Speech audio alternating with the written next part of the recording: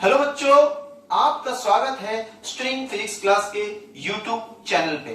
यहाँ आप class 11, 12, IIT और नीट के लिए फिजिक्स की पढ़ाई करते हैं। बच्चों, हम लोगों ने अपने यूट्यूब चैनल पे 5 वेक्टर के थ्योरी विथ समवट न्यूमेरिकल का वीडियो अपलोड किया है। यह वेक्टर सीरीज का 6th वीडियो लेक्चर होने जा रहा है, जिसमें हम लोग कंसेप्ट ऑफ फिजिक्स जो किताब है SC वर्मा सर के द्वारा लिखी गई, उस किताब के क्वेश्चंस को डिस्कस करेंगे। ये चैप्टर 2 है, concept of physics. SC Verma Bharati Bhawan publication का बुक है। चलिए, इसमें से जो फर्स्ट क्वेश्चन है वेक्टर का, इसको हम लोग देखते हैं। A vector A makes an angle of 20 degree. एक वेक्टर A है जो 20 डिग्री एंगल बना रहा है, and vector B makes an angle of 110 degree. और एक वेक्टर B है जो 110 डिग्री बना रहा है विथ द x एक्सिस, जो x एक्सिस से। तो चलिए हम लोग इसको ट्रेस करते हैं पहले।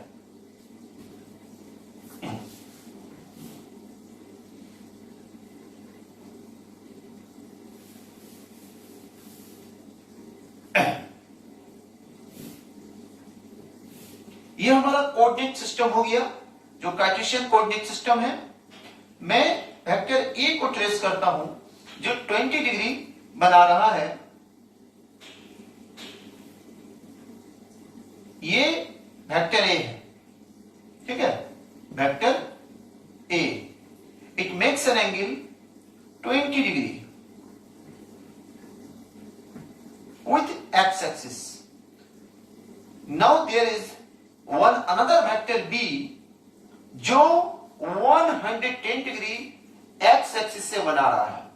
तो जब भी कहा जाए x एक्सिस, तो आप समझे positive direction of x axis. तो ये एंगल, ये ध्यान दीजिएगा,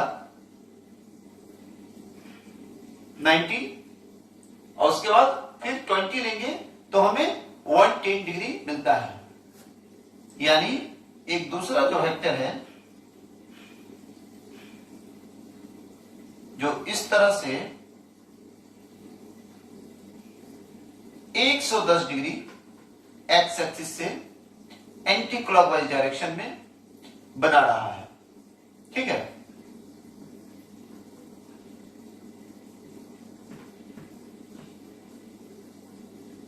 अब ध्यान देंगे,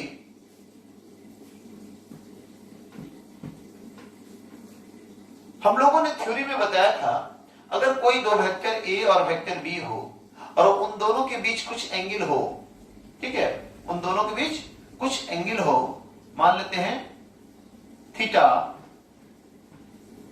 तो उसका रिजल्टेंट जो होगा, उस दोनों वेक्टर का जो रिजल्टेंट होगा, क्योंकि आपको यहां पे फाइंड द रिजल्टेंट निकालना है। अच्छा, क्वेश्चन में दिया हुआ है द मैग्नीट्यूड, मैंने इसको शॉर्टकट में MAG लिखा है, dot the magnitude of this vectors are 3 metre and 4 metre. इसका मतलब यह हुआ वेक्टर A का मॉड जो है, mod of vector A equal to 3 metre and mod of vector B is equal to 4 metre. Clear? तो हमें वेक्टर A का वैल्यू पता है, वेक्टर B का वैल्यू पता है, मुझे रिजल्टेंट निकालना है A एंड B का। तो आपको फॉर्मूला पता है, resultant of vector A and B are equal to root under A square plus B square plus 2AB cos theta.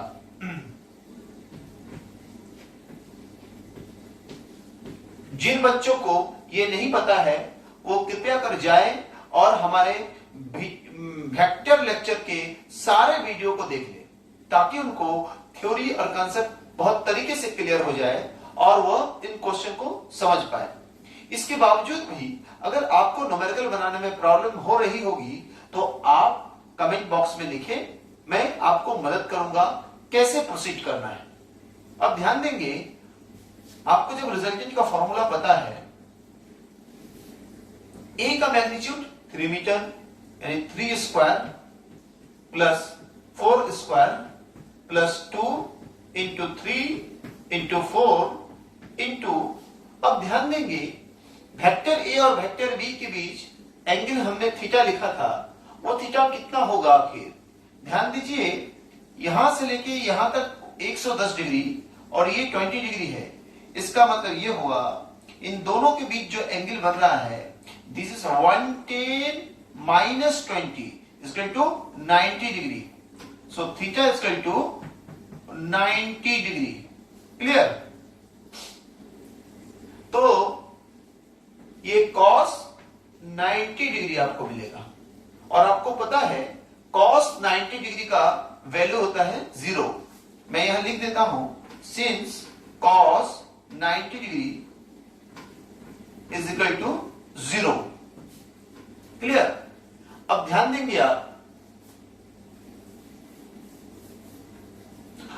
देंगे आप, तो ये पूरा टर्म 0 हो गया, तो आपके पास क्या बचा रहा? 3 square plus 4 square, 3 square 9, 4 square 16, तो 9 प्लस 16 इक्वल टू 25 और इसका स्क्वायर रूट मिलेगा आपको 5। यानी वेक्टर आर का मैग्नीट्यूड जो होगा रिजल्टेंट का, डेट इज 5 मीटर, क्योंकि आपका यूनिट क्वेश्चन में मीटर दिया हुआ है, 3 metre and 4 metre like displacement. तो ये आपका रिजल्टेंट का आंसर हो गया 5 मीटर। बेहद ही आसान क्वेश्चन था, बस आप थ्योरी को अगर समझ रखे हैं तो आसानी से क्वेश्चन बना सकते हैं। अब ध्यान देंगे, रिजल्टेंट एक वेक्टर क्वांटिटी होता है, तो वेक्टर में मैग्नीट्यूड एंड डायरेक्शन दोनों है। तो हमने अभी क्या निकाला?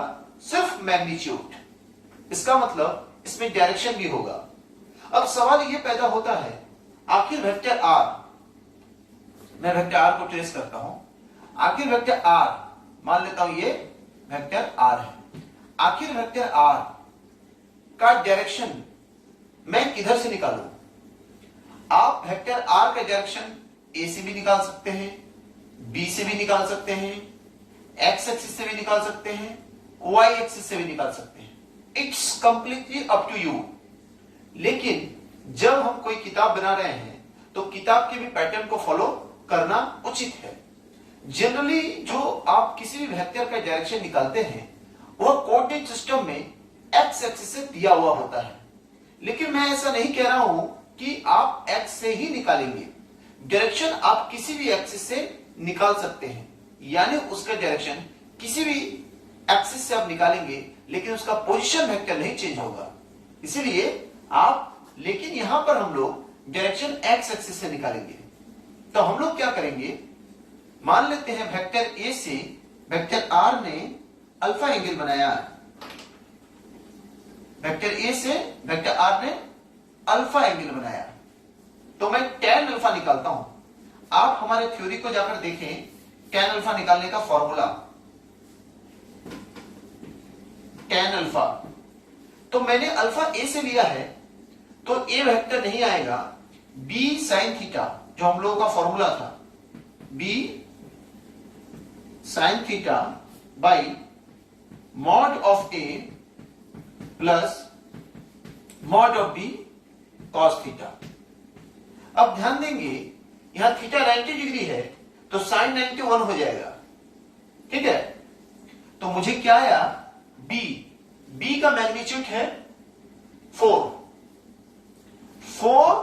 इंटू साइन थीटा यानी 1 बाई 3 प्लस ये cos 90 0 हो जाएगा, इसलिए पूरा टर्म 0 हो गया, यानी 4/3 और tan अल्फा 4/3 और 4/3 हमें पता है वह ट्रायंगल होता है, ध्यान दीजिएगा, यह वह ट्रायंगल होता है 4/3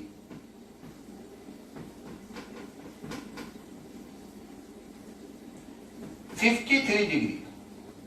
याद रखें, यह 53 डिग्री का ट्रायंगल है जिसमें परपेंडिकुलर इसमें परपेंडिकुलर 4 है और बेस 3 है, तो मैं इसको लिख सकता हूं tan 53 डिग्री। ठीक है, आप इसको नोट करें।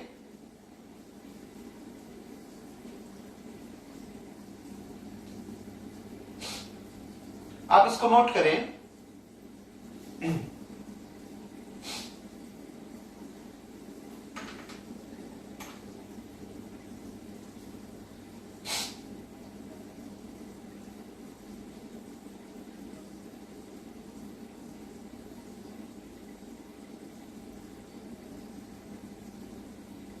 चलिए मैं अब ऊपर से कुछ वाइप आउट कर देता हूं।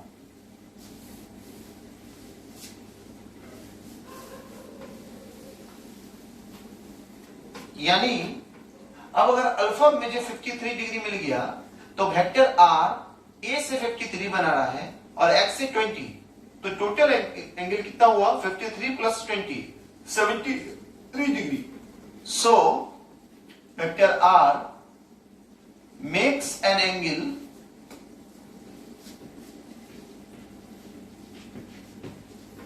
(73° with x axis। ठीक है, यानी आपने आपके रिजल्टेंट का मैग्नीट्यूड भी निकाल दिया 5 मीटर और डायरेक्शन भी निकाल दिया एक्स एक्सिस से। तो ये हो गया आपके एससी वर्मा बुक से वेक्टर चैप्टर का फर्स्ट क्वेश्चन का सॉल्यूशन। प्लीज नोट आउट करें। अगर इससे रिलेटेड और कोई प्रॉब्लम है तो आप कमेंट पे लिख सकते हैं। इसके बाद हम लोग नेक्स्ट क्वेश्चन पर बात करेंगे।